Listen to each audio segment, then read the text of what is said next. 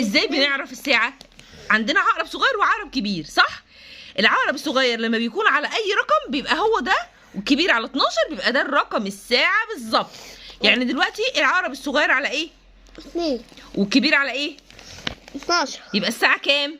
2 بالظبط. برافو عليك. ينفع نقول 2 وشوية؟ لا. طب 2 الا شوية؟ لا. 2 بالظبط، عشان العقرب الصغير على ايه؟ 2. والكبير؟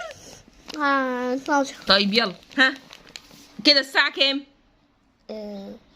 العقرب 2 بالظبط. لا، هو العقرب الصغير على ايه؟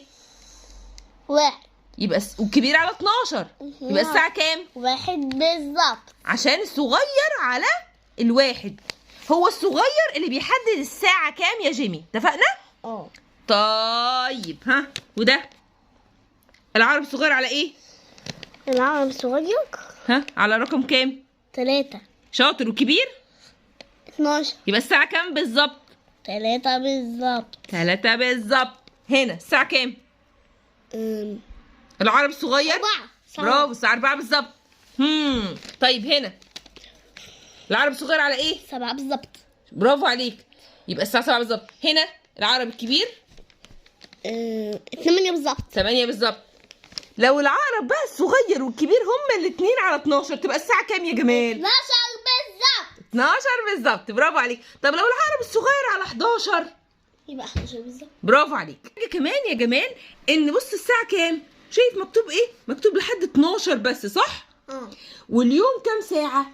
اليوم كله 24 ساعة. تخيل؟ يعني هنا الساعة واحدة بتيجي مرتين، مرة الصبح ومرة بالليل. يعني مثلا لو الساعة جت 9 واحنا الصبح تبقى الساعة 9 ايه؟ 9 صباحا. 9 صباحا. طب لو احنا بالليل والعقرب الصغير جه على 9 والكبير على 9 مساء او 9 ليلا، يبقى الساعة 9 بتيجي مرتين، يبقى كل الساعة دي بتتعاد تاني، مرة الصبح ومرة بالليل. فهمنا؟ يعني احنا دلوقتي الساعة كام؟ ايوه فهمت. فهمت فعلا؟ يعني مثلا بيطلع 12. 12 بتتعاد تاني، يعني بتيجي بالليل والصبح. بتيجي مرة بالليل ومرة الصبح. لو جت الصبح بنقول الساعة احنا الصبح الساعة 9 الصبح. يعني لو جت بالليل يعني بنقول الساعة 9 بالليل. 12 صباح. برافو عليك. لو احنا بالليل والساعة جت على 12 كده 12 مساء. برافو عليك.